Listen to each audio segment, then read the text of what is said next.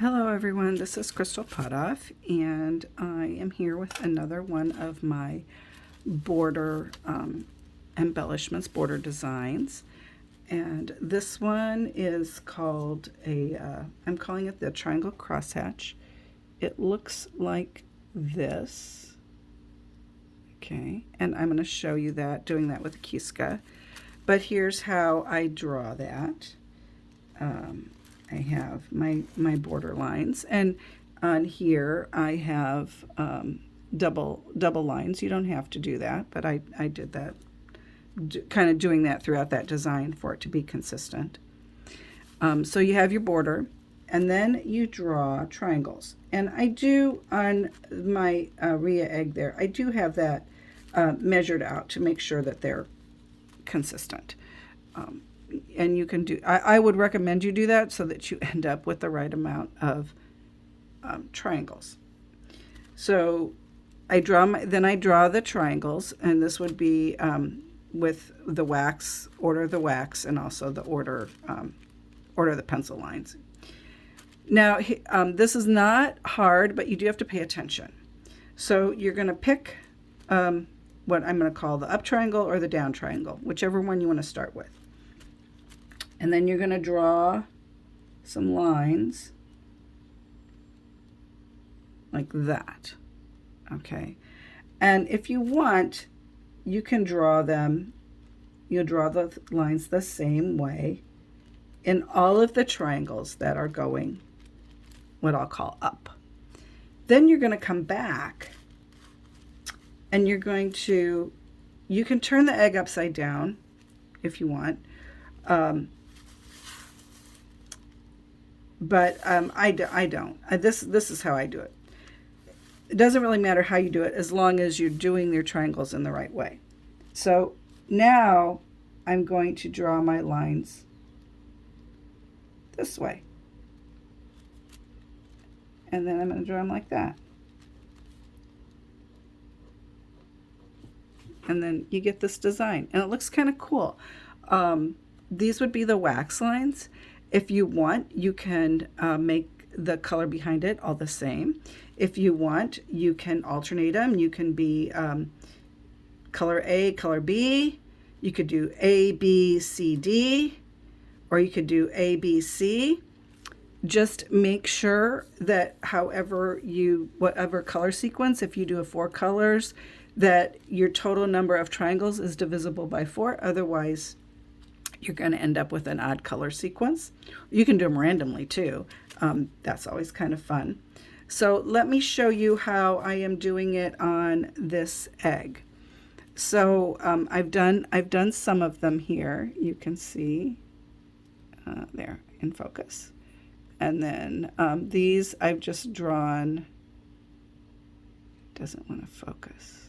There we go. These I've just drawn the triangles, but I would normally I would go all the way around that doing the triangles, and these are measured. I don't know how well you can see the lines I've drawn, but it is measured out so that they end up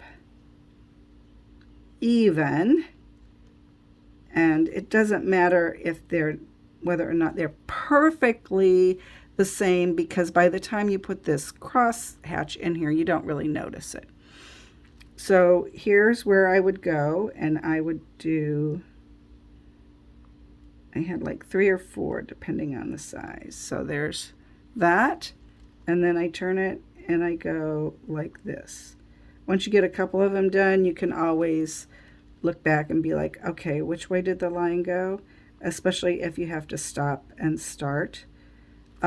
Obviously you saw I did not draw these lines inside the triangle. Sometimes if I'm doing a design like this, I might draw with a pencil. I might draw the lines in some of them to get me started, and then I'll be like, okay, I got this. I don't need the pencil lines in all of them, because I don't like to have too many pencil lines on my design, because I find it confusing for me. And I just keep going around it like this. Oh yeah, I'm almost back to the start. We'll just keep doing this. I find this is one of the more relaxing ones to do once you get the triangles, because then you're just drawing these little lines in here. It's not actually a netting line, they're just straight lines. And what I think is the cool thing about this one, I'll show you when I get it done, it looks like it's kind of woven together. I think that's what I like about this. This design here. It's kind of fun to do. And I ended up with the right amount of triangles and going the right direction. That's a good day. So there you go. There's that all the way around the egg.